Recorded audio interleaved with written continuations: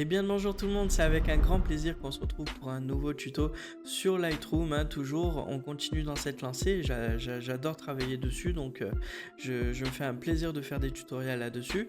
J'espère que pour vous en tout cas ça vous plaît et que ça vous fait plaisir de continuer sur cette lancée. Donc là aujourd'hui il s'agit d'une photo que j'ai prise encore au zoo de la Flèche lors du spectacle des oiseaux. Donc c'est une magnifique chouette que j'ai pris. Elle était là en stationnement sur sa branche. Elle bougeait pas. Sauf que la photo est un petit peu trop sombre parce que elle était dans l'ombre et j'avais une vitesse assez importante. Donc du coup malheureusement la photo est assez sombre. Donc il va falloir qu'on améliore ça ensemble et j'espère que ça va vous plaire. Les améliorations que je vais y apporter vous seront intéressantes à voir et que vous pourrez donc reproduire sur vos photos, peut-être rater comme moi j'ai pu le rater sur celle-ci, mais vous allez voir, on va en faire une photo de dingue. Voilà, et bien je compte sur toi pour me lâcher un commentaire, si la vidéo t'a plu, de liker et bien sûr de t'abonner parce que je compte sur vous pour le référencement, c'est important pour moi. Voilà, allez, je vous donne rendez-vous de suite pour ce nouveau tuto. Et nous voici donc face à notre magnifique photo. Donc c'est une photo de cette fameuse chouette qui était posée sur sa branche. Elle était un petit peu dans l'ombre. On va voir ensemble les réglages que j'avais fait. Donc pour moi, les réglages étaient corrects lors de toute la scène parce qu'en fait la scène était quand même au soleil. Mais là, cette chouette, malheureusement, elle était à l'ombre. Et donc ça a fait celle-ci. Enfin, ça a fait ce rendu-là. Donc c'est dommage. Les réglages, donc j'étais à 1600 ISO. Il faut savoir que généralement je les laisse en automatique. Donc heureusement qu'il est monté à 1006. Par contre, je les mets en automatique, mais avec un plafond justement de 1006. Donc je me dis peut-être que si j'avais pas plafonné à 1006, j'aurais encore augmenté en ISO, je pense. En focale, on était quand même assez loin en plus. La chouette, elle était loin. Donc j'étais à 267 mm de focale et une ouverture de 5,6. Donc j'étais à la plus grande. C'est pour ça qu'on a un beau flou d'arrière-plan quand même. Et on a une vitesse, donc, comme je disais, assez rapide de 1 sur 1250. Voilà. Donc ça fait ce rendu-là. C'est dommage, mais il n'y a pas de souci. Je sais que on va pouvoir faire un magnifique rendu de cette photo parce que elle est vraiment chouette. La chouette. Allez, c'est parti, on passe au développement. Alors, le développement, ça va se passer comment? Donc, dans un premier temps, euh, je commence toujours par la correction de l'objectif. Donc, on va supprimer l'aberration, même si là, il n'y en a pas du tout, puisque elle n'est pas du tout en lumière et voilà, donc il n'y a pas d'aberration chromatique sur les bords de mon sujet. On active quand même les corrections de l'objectif. Donc là, il a bien détecté mon objectif et il a fait, vous voyez, quelques modifications de distorsion. Donc ça, c'est fait. Suite à ça, qu'est-ce qu'on peut faire? Dans un premier temps, j'aime bien, c'est recadrer mon image de sorte à faire, que ma chouette soit bien dans le cadre comme il faut. Malgré qu'elle est déjà bien centrée, je trouve, ici sur les bords, ça respire pas mal. Je crains que au final, on va pas trop y toucher en fait, hein. Euh, je fais des tests, mais je pense pas qu'on va y toucher. Alors je pourrais laisser comme ça peut-être, en dézoomant un peu. Voilà. Alors le bâton, enfin le bout de bois, lui, il respire pas trop. Voilà, on va le faire respirer un petit peu, ouais, en décalant un peu. Bon, ça fait une toute petite retouche avant, après. Voilà, on a zoomé dans l'image en fait, hein. Alors pourquoi je fais ça avec transformation? Ça m'évite en fait d'aller dans l'outil de recadrage et de recadrer comme ça. Moi j'aime pas, je préfère laisser la taille originale, la taille telle qu'elle. Parce que si on fait comme ça, eh bien ça réduit la dimension. Et moi je veux rester sur du 6000 par 4000. Et si je fais ça, ça va faire des dimensions assez bizarres. Et je veux pas de ça. Voilà, donc je préfère utiliser la fenêtre de transformation. D'accord? Ensuite, alors, qu'est-ce qu'on va pouvoir y apporter? Alors, moi, dans un premier temps, comme le tuto précédent, je serai chaud pour faire une sélection de premier plan, donc de mon sujet, et une sélection d'arrière-plan, pour voir ce que ça peut donner. Donc c'est ce qu'on va faire, on va essayer comme ça. Donc on va faire sélection sujet. Il me prend la chouette. Alors ce qu'on va faire ajout et on va faire objet. Euh, Ajout, sélection d'objet. Voilà, objet. Et on va sélectionner d'abord notre bâton. Voilà, il va le détecter. On va encore refaire objet. Il n'a pas tout pris, vous voyez. Voilà, là il a bien pris. On continue toujours, on refait objet. Voilà. On continue, on refait toujours objet. Faut pas avoir peur hein, de faire beaucoup de sélections comme ça. Voilà, hein. Pas avoir peur de faire ça. On peut même encore en créer un autre avec un pinceau pour aller plus précis. Voilà, donc il y a ici. Alors on va éviter la dureté. Hop, pinceau, dureté, on va contour progressif, on va mettre à 20, pas plus. Voilà, comme ça fait quelque chose de bien net. Le bâton lui-même étant bien net. On va faire la anse. Voilà. Bon, là déjà, on est pas mal. On a notre sujet. D'accord? Alors maintenant qu'on a notre sujet, ce qu'on peut faire, on peut faire une duplication de masque, mais à l'inverse. Donc on fait un clic droit et on inverse notre masque. Voilà, dupliquer et inverser notre masque. De sorte à ce qu'on ait un nouveau masque, mais cette fois on a du coup que l'arrière-plan. Vous voyez, là on a notre sujet et là on a notre arrière-plan. Voilà, donc c'est plutôt pas mal comme ça. Alors ce qu'on peut faire, on peut d'abord travailler sur notre sujet, parce que moi ce qui m'intéresse au plus, c'est la chouette, c'est pas tant l'arrière-plan, même si l'arrière-plan il peut être joli, parce qu'il y a du ton vert, donc on verra après, mais d'abord je vais travailler sur ma chouette. Donc on va y travailler sur l'exposition, et là vous voyez déjà, on allume en quelque sorte la lumière, voilà. Le contraste j'y touche pas, je préfère y toucher après. Les hautes lumières, il n'y en a pas des masses, hein, parce que bah, elle a été dans l'ombre. Donc forcément, les hautes lumières, il n'y en a pas beaucoup. Mais il y a quand même beaucoup de blanc, parce que bah, ma chouette est blanche. Donc on réduit un peu les hautes lumières. Les ombres, du coup, on va les éclaircir.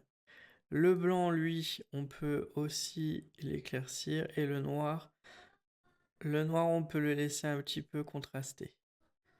Vous voyez?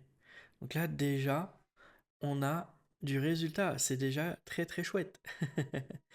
La température de ma chouette. Franchement, je pense que ce serait une erreur d'y toucher. Parce que si on part vers le froid, ben, on va vers du blanc.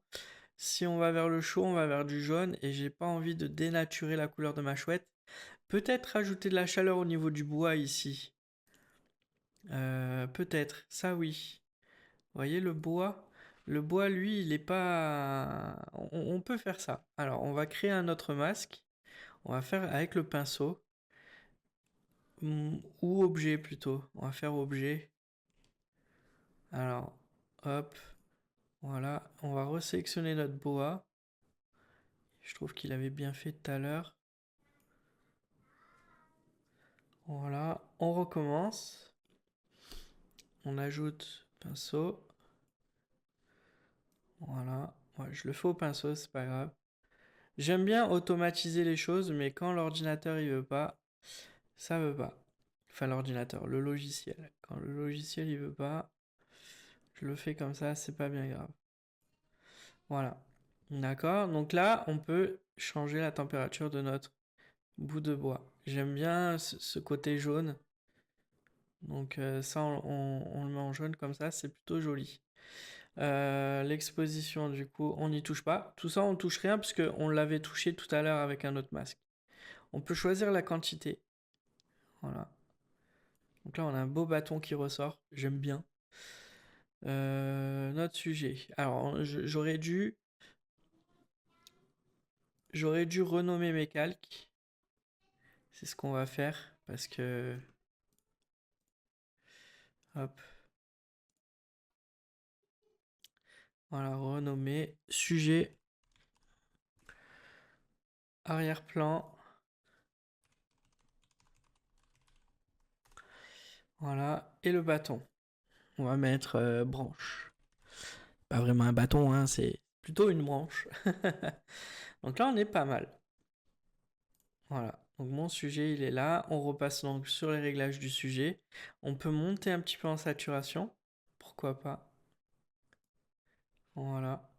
Ce qu'on va faire, surtout, ce qui est très important aussi, c'est la texture de notre sujet. Et le bâton aussi, il prend, hein, du coup. Parce que le sujet aussi est sectionné sur le bâton. Mais ça gêne pas le fait de rajouter de la texture aussi au bâton, donc je laisse comme ça. On fait une petite correction de voile, mais très léger. Voilà. Donc vous voyez, on a rajouté du détail sur notre chouette du fait d'avoir rajouté de la texture. Alors, quand je zoome, on remarque, hein, j'ai énormément de bruit. Le bruit, en fait, ça va être des grains qui sont vraiment détériorés. Enfin, ça détériorise vraiment l'image. Mais ça, on le fera. On réduira le bruit à la fin de notre traitement. D'accord? Alors, ce qu'on va faire maintenant, on va s'occuper de notre arrière-plan. Alors, notre arrière-plan, on voit que il est plutôt dans les tons sombres, forcément parce que c'est à l'ombre. Mais comparé à notre sujet, du coup, ça fait vraiment ressortir notre sujet, mais c'est vrai qu'on perd du coup en couleur. Et moi j'aime bien le fait qu'il y ait quand même le vert derrière, ça peut être intéressant de le garder. Donc on va éclairer aussi, mais vraiment légèrement. Vous voyez, si je vais trop loin, là, on dirait la photo, elle a été vraiment prise euh, vraiment avec beaucoup d'éclaircies. Je préfère quand même être un peu dans l'ombre, mais pas trop. Voilà. On va descendre les hautes lumières. Les ombres, on va les déboucher. Les blancs, on peut les laisser comme ça. Les noirs, on peut les mettre un petit peu plus noirs, les noirs. Voilà. Et du coup, on va remonter un petit peu les ombres. Donc, regardez avant, après. Avant, après. Voilà, vous voyez. Si vous voulez même, on a carrément la possibilité de voir avant la photo et après le traitement. Vous voyez, c'est déjà pas mal, hein. Je remets comme c'était. Voilà. Je reviens toujours à notre arrière-plan. Alors, notre arrière-plan, comme je disais, j'aime bien le vert. Donc, le vert, on va monter en saturation un petit peu. La température, je vais pas y toucher parce que j'ai pas envie que le vert vire sur les jaunes. Vous voyez, si je le fais, ça vire sur les jaunes. J'ai pas envie. Je veux vraiment le laisser vert. Ce qu'on peut faire à notre arrière-plan, c'est pourquoi pas une petite courbe.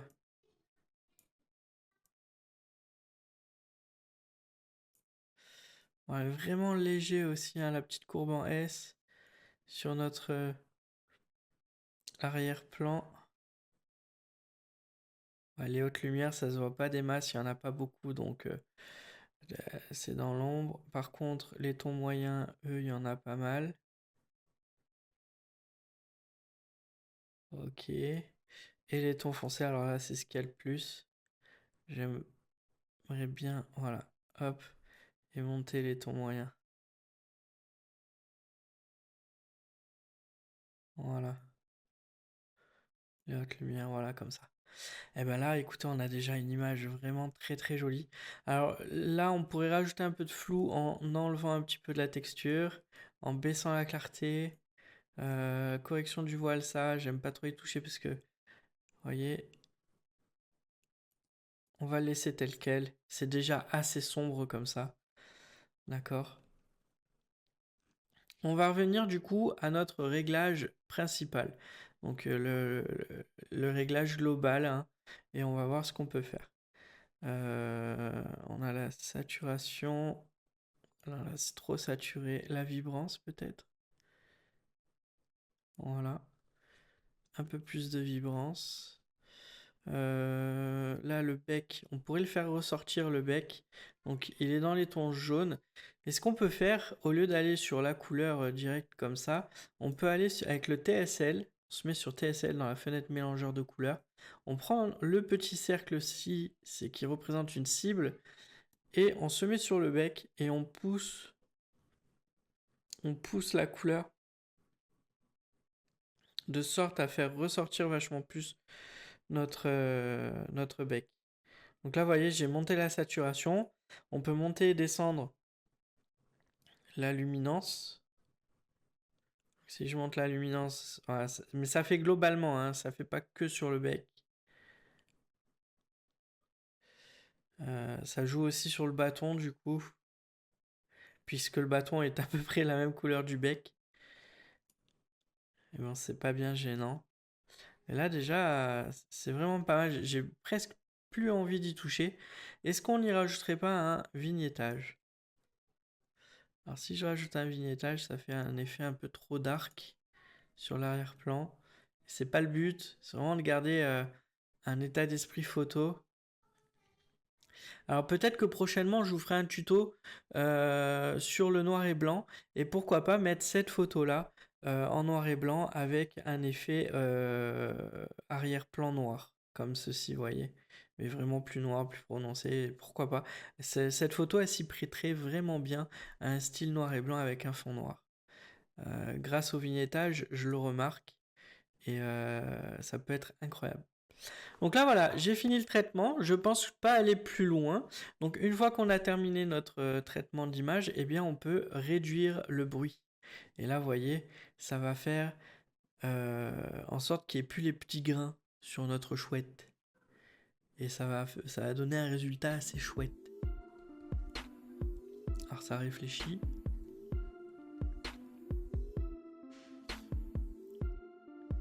Et hop, on accentue. Alors moi je mets toujours à 80, je mets pas plus, j'ai peur que ça ne détériore trop les détails. Donc là c'est en train d'en créer. Ça va me faire une pile. Et voilà, là on a notre image, il n'y a plus de bruit. Voilà. Olé. On voit que le focus c'est quand même vraiment bien fait sur l'œil quand même. Donc c'est très très bien. Voilà. Eh bien c'est terminé. J'espère que ça vous plaît. Laissez-moi un commentaire. Hein. J'aimerais bien savoir si cette chouette vous plaît, si cette photo vous plaît, si le traitement que j'ai fait vous plaît.